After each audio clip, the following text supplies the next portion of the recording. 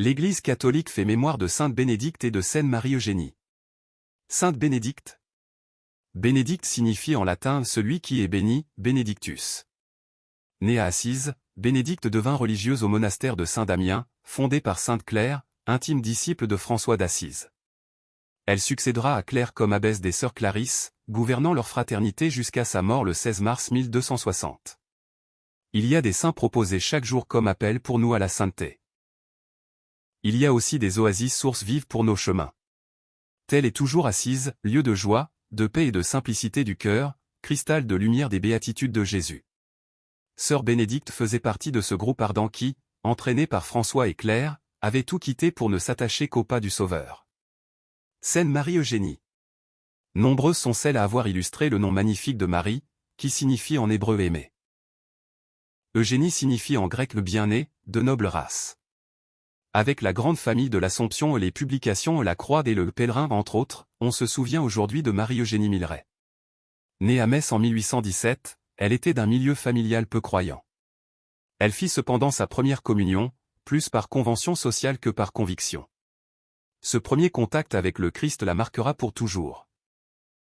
Dans les fêtes mondaines de son milieu, elle demeurait assoiffée de vie spirituelle et inquiète du mystère du sens de l'existence. Un jour, à Paris, elle se rend à Notre-Dame. Le père Lacordaire y donnait les conférences de Carême. Ce fut l'étincelle de sa conversion. Ouverte et réfléchie, Marie-Eugénie fait sienne les idées sociales de Montalembert et de Lamennais. Sa décision est prise, travailler de toutes ses forces pour qu'advienne le règne du Christ libérateur de l'humanité. Sainte Bénédicte et de Sainte Marie-Eugénie, priez pour nous. Évangile. Va, ton Fils est vivant.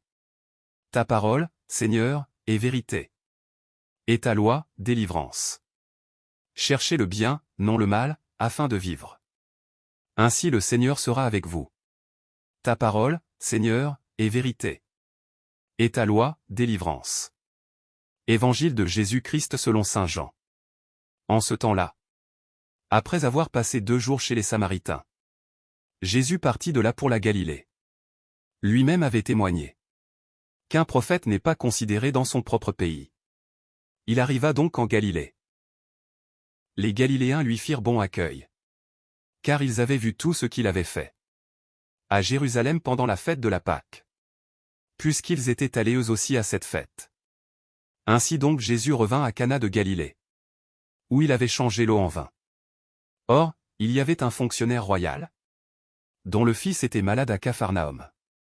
Ayant appris que Jésus arrivait de Judée en Galilée, il alla le trouver. Il lui demandait de descendre à Capharnaüm pour guérir son fils qui était mourant. Jésus lui dit: si vous ne voyez pas de signes et de prodiges, vous ne croirez donc pas. Le fonctionnaire royal lui dit: Seigneur, descends, avant que mon enfant ne meure. Jésus lui répond: va, ton fils est vivant. L'homme crut à la parole que Jésus lui avait dite. Et il partit.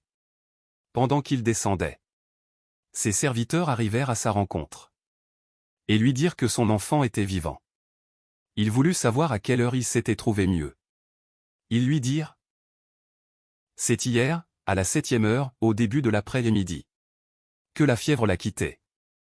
Le père se rendit compte que c'était justement l'heure où Jésus lui avait dit: ton fils est vivant. Alors il crut, lui, ainsi que tous les gens de sa maison. Tel fut le second signe que Jésus accomplit lorsqu'il revint de Judée en Galilée. Acclamons la parole de Dieu. Louange à toi Seigneur Jésus.